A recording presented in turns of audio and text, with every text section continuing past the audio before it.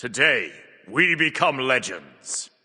So a few years ago at this point, I made a video discussing my thoughts on tank hate in Smite, and recent events have made that video ring truer than ever. With the launch of Year 10 Smite, it seemed like Hi-Rez were taking the game in a slightly different direction, with plenty of changes aimed at making tanks better. Most of these changes were ones that allowed tanks to deal damage without having to build damage. Contrary to what you'll hear some ADC main on Reddit say, prior to Year 10, tanks had to build damage to deal damage. Many people will cry that a tank can dive the backline and actually threaten the mage or even the ADC. It's always been the case in Smite that a solo laner or tank in general diving a mage should be a winning scenario for the most part. It's the hunters that can and should be able to win that 1v1 and shred the tank in the late game via percent pen and shred items like kin size. Prior to Year 10, you would need at least one damage item alongside a bruiser starter like Bluestone or Sundering Axe to truly threaten the backline in the late game. Without these, you're just a damage soak with no ability to actually threaten backliners, and they will just spam laugh as you do 20% of their health with your entire kit, and they retaliate by doing 50% of yours in 2 abilities. This is mostly because of how ridiculous percent pen items and shred items have become over the years. This is mostly on hunters where percent pen items have become bloated with added stats, and of course the kin size changes way back when, where it was changed to be less effective versus squishies but much more effective versus tanks. But shred has also been creeping into mage builds more and more over the years. Where mages in Smite used to be weak at shredding tanks unless they specifically had strengths in doing that, more and easier access to percent pen, max health damage and true damage has helped mages also deal with tanks very effectively. So not only are you contending with the hunter, which is your natural enemy when diving the backline as a tank, you also have to worry about the mage deleting you too. Now, not all mages are super threatening to tanks, and they aren't on the level of hunters by any means, and they shouldn't be, but with the right build and the right god, tanks can be deleted by mages too, which really back in the day just didn't happen the same way it does now. Assassins have had a similar thing happen, but to a lesser extent, where back in the day, Assassins pretty much just had access to Titan's Bane for percent pen and that was it, and sometimes they didn't even build that because it's not the Assassin's job to target tanks, it's to target the backline squishies. Assassin items nowadays though have efficient stats alongside percent pen. Serrated Edge has 20% pen, but also power, lifesteal and movement speed, all stats an Assassin wants in good quantities. Heartseeker is basically delete tanks on a stick with percent pen and max HP damage on one item. Soul Reaver used to have this as well, but thankfully it was nerfed and no longer has the percent pen, and it still sees widespread play without it, so that should put Heartseeker in perspective for you. It's physical Soul Reaver, but better. Another comparison is, imagine if kin size had 10% pen on it. It would be completely insane. So just jumping in here while editing this one, as I want to stress that it's not that having more percent pen and shred options is inherently bad. The problem lies in that Titan's Bane, Obsidian Shard and Executioner, Smite's core 3% pen options for the longest time, are focused entirely on pen and only have other ancillary stats on them in small amounts. Aside from Executioner that now has glyphs, but at least that adds 600 gold to the item and makes it more like a full luxury item if you're going to go for the glyph upgrade. These newer percent pen options like Serrated, Heartseeker, Silver Branch, Failnor, Atalantas, etc. all come with multiple premium stats alongside that percent pen. It used to be that you bought Executioner or Titans or Shard and you get some power and maybe some attack speed in Executioner's case, but you sacrifice in other areas of your build to get that pen. That sacrifice is mostly gone in modern Smite with these bloated items that offer premium stats in other areas with percent pen just tacked on for lols. Back to tanks dealing damage though, as I know this is a hot topic especially among backliners. Having to build a damage item and a bruiser starter just to do your job when diving means you are overall less tanky, and while yes, you deal good damage, you are significantly closer to just being another jungler in terms of teamfights than a real tank when you're forced to build this way. The time to kill changes in 9.5 exacerbated this, since the increased protections disproportionately benefited squishies, since one protection point is worth more if you have less in total in terms of reducing incoming damage. 9.5 also started the trend of reducing the power on all the bruiser items, so tanks couldn't even use those to boost their damage and threaten backliners.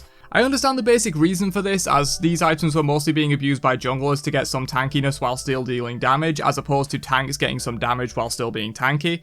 As mentioned, the first bit of defense is more valuable than the last bit, so this makes sense, but it was yet another change that really hurt tanks and their ability to build tanky and still be threatening. Year 10 seemed to remedy this issue by introducing quite a few items that made you tanky while also allowing you to leverage that tankiness to deal damage.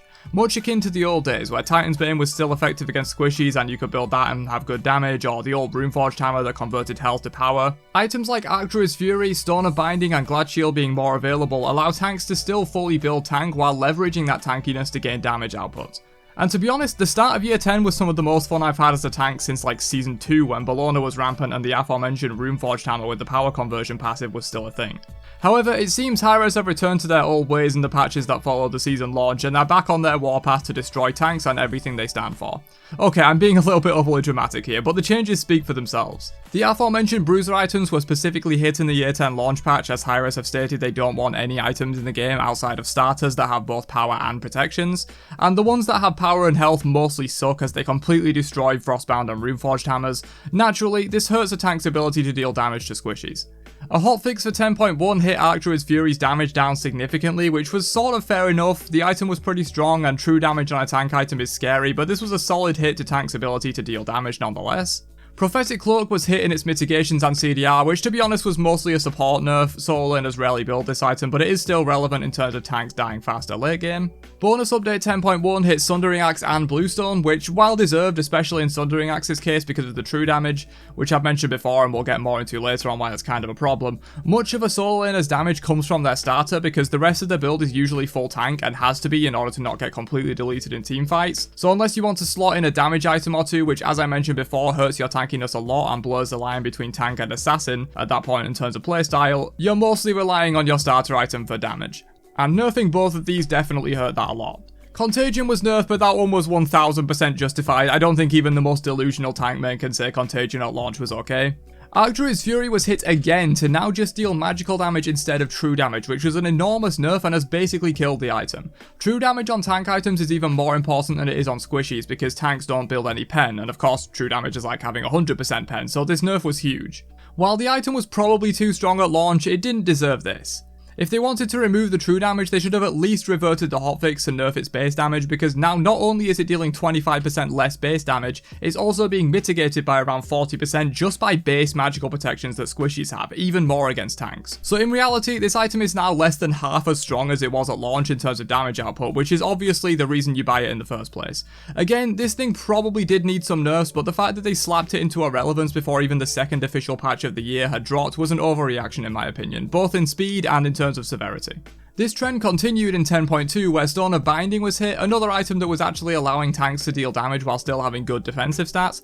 Probably a deserved nerf overall, and I'm not too salty about this one. 25 flat pen is just too much for any item, regardless of if it's meant for a tank or a squishy. And the item is still usable, which is more than can be said for Archdruid's Fury, but it's still worth mentioning as it was a significant nerf to tank's damage output. Contagion was hit again, but was deserved again. Screw this item to be honest, I think we can all agree that. It's unfun to lane against and unfun to teamfight against, especially in its pre-nerf and pre-bugged form. Prophetic Cloak was hit again, but this was actually pretty fine since 85 of each prots was kind of ridiculous and they did make it easier to stack in return. It's still a good item, but in a more indirect way, this also nerfed tank damage output since this item was so efficient that you could reach the protections cap in 5 items and have room for a damage item in the 6th slot without really losing any tankiness.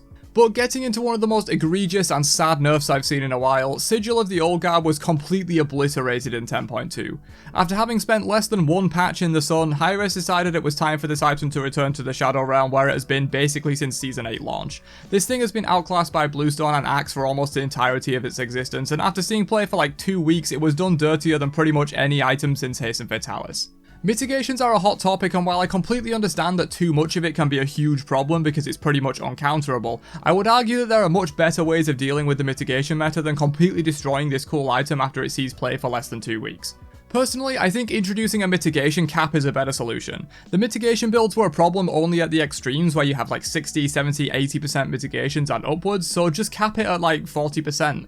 This could even be lower if you want to make sure it never becomes a problem again, but you can leave the mitigation items as they were because on their own they aren't really a problem. It's only when they're stacked on top of each other like a Japanese orgy that it becomes oppressive. But yeah, I think Sigil was completely done dirty here. I can understand the mitigations nerf, though I still think a cap makes more sense, but did they also need to cut the healing by 2/3 on top of that? Like, the item was strong but not completely broken. The only reason it was being so widely abused is because of mitigation stacking. So that's a lot of nerfs to both tankiness of tanks and their ability to deal damage. Some were justified in my opinion and some not so much, but this was compounded by the fact that Hi-Rez also buffed various anti-tank items alongside these tank nerfs, which swung the pendulum even further towards damage dealers.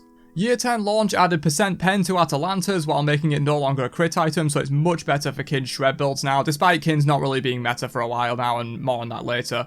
Dominance lost 5% pen and gained 15% attack speed in return, which is in my opinion a worth trade, but it is pretty close.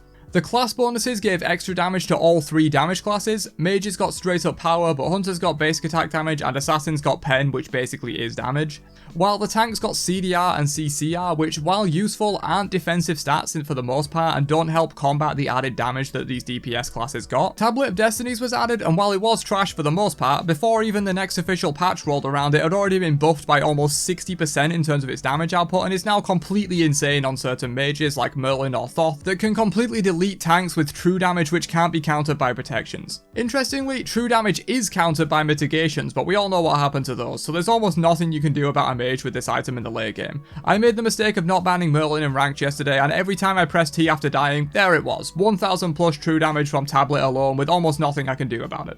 Mitigations get destroyed within a week, true damage gets buffs. Welcome to Smite, everybody. These mechanics are basically mirrors of each other for DPS and tanks respectively. DPS can do nothing about mitigations, tanks can do nothing about true damage. Yet one gets treated like it kicked a pregnant woman down the stairs, while the other gets treated like it cured cancer. High-res aren't nearly as careful as true damage as they are with mitigations, and while yes, mitigations have more game-breaking potential, they're treated like the devil, and they are the only way to counter the rampant true damage like this brain-dead tablet buff. Oh, and not only are mages shredding you at the moment, hunters are doing better than ever since they can easily get away with going both crit and kins in their build while still have nearing capped attack speed, capped percent pen, plenty of power, plenty of lifesteal, like pretty much everything. It used to be a trade-off that you would either go crit and have weaker attack speed and tank shred, or go kins and have stronger attack speed and tank shred but weaker burst against squishies. Now you can reach cap on almost every stat while having crit and kins in the same build, yet ADC mains complain that their role is bad.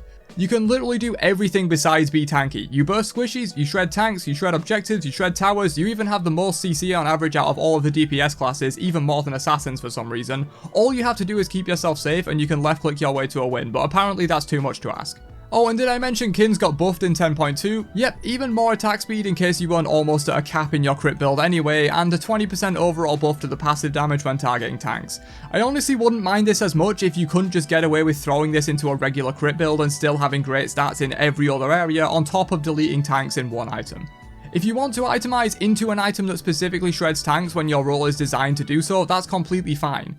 It's when you can do that and have 95% crit chance and have 40% pen and have 2.5% attack speed and have good lifesteal all in one build that it becomes a problem. It used to be that you sacrifice other aspects of your build to go for a kin shred build, but you just don't have to do that anymore because of stat bloat. Everything has attack speed, everything has percent pen, but Lord help you if you try and deal an extra 100 damage on your abilities with Glad Shield. That's overpowered heresy and needs to be removed from the game. But anyway, this got a little ranty towards the end, but I just want to throw my thoughts into the mix about this topic. This is just my opinion and I'm not saying I'm objectively right and anyone who disagrees is wrong, but hopefully I presented some objective evidence on how tanks are being targeted for nerfs way more than other classes and playstyles, while also being indirectly nerfed via buffs to penetration and tank shred items like true damage or kin size. Anyway, let me know your thoughts on this topic down below. It'll be interesting to start a discussion on this and get a feel for the community sentiment on the topic. Have a great day, and peace out, you nerds.